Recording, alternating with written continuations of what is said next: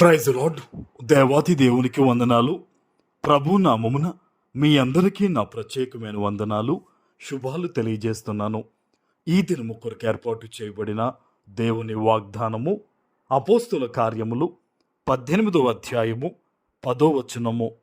నేను నీకు తోడై ఉన్నాను, నీకు హాని చేయుటకు నీ మీదకి ఎవడును రాడు. దేవుని నామానికి మహిమ కలుగునుగాక. ఈ ఉదయకాల సమయంలో సర్వ సృష్టికర్త అయిన నీ తండ్రి నిన్ను ఆశీర్వదించి గొప్ప వాగ్దానాన్ని నీకు అందిస్తూ ఉన్నారు. హల్లెలూయా. ఆయన అంటున్నారు కదా, నేను నీకు తోడయ్యున్నాను అని. చూడండి, దేవుడు నీ పక్షాన నిలిచి నీకు తోడై ఉన్నప్పుడు నీవు ఆయన మాట విని ఆయన మీద ఆధారపడే వ్యక్తిగా ఉండాలి తప్ప దేవుణ్ణి విసర్జించే వ్యక్తిగా ఉండకూడదు. ఈ రోజుల్లో చాలామంది బిడ్డలు యేసు ప్రభువుని తెలిసి బాప్తీసం పొందిన బిడ్డలైనను కూడా భయంకరమైన లోకశ్రమల్లో పడుతున్నారంటే దానికి ఒక ప్రథమ కారణం ఏంటో తెలుసా? వారు యేసుక్రీస్తు ప్రభు యొక్క ఆ యొక్క సహాయాన్ని వారు పొందుకోలేకపోవడం, వారు దేవునికి దూరంగా బ్రతకడం. ఈరోజు ఈ వాగ్దానం నీకు ఎందుకు ఇస్తున్నాడో తెలుసా? దేవుడు ఈ రోజు నుంచైనా సరే నువ్వు ఆయన మీద ఆధారపడతావని.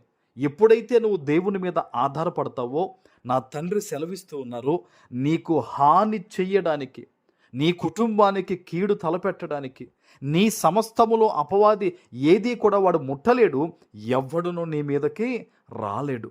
ఆమెన్. ఈరోజు ఆర్థికపరమైన సైతాను నేను ఇబ్బంది పెడుతూ ఉందా?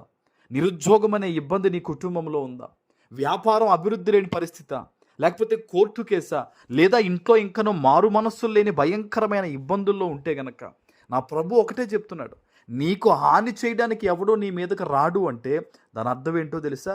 ఇక నుంచి నువ్వు గొప్పగా ఫలించబోతున్నావని.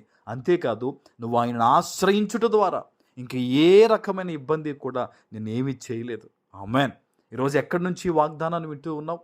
సేవకునిగా చెప్తున్నాను, దేవుని సహాయం నీకు ఎంతో అవసరం. నువ్వు ఎవరి దగ్గరికి పరిగెట్టాల్సిన అవసరం లేదు. ఎవరెవరో నీ గురించి ఏదో చేయాల్సిన అవసరం లేదు.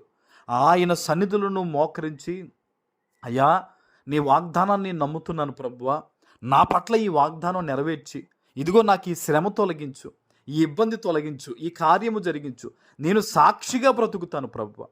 10 మందికి నాయన నువ్వు చేసిన మేలు చెప్పి, నా ప్రభువా నీవు సజీవుడు అని నేను అనేక మందికి చెప్పే సువార్త పనిలో నేను వాడబడతాను తండ్రి, నన్ను కాపాడు అని నువ్వు ప్రార్థన చేస్తే చాలు, నా ప్రభు తప్పకుండా నేను కాపాడుతాడు. ఎందుకంటే ఆయన ఎవరిని ద్వేషించేవాడు కాదు, ఆయన ఎవరిని త్రోసివేసేవాడు కాదు. ఈరోజు నువ్వు ఎటువంటి పరిస్థితుల్లోనైనా ఉండొచ్చు, మనుష్యులు నీ దాకా వచ్చి సహాయం చేయలేరేమో కానీ దేవుడు ఎక్కడికైనా రాగలడు, ఏదైనా చేయగలడు.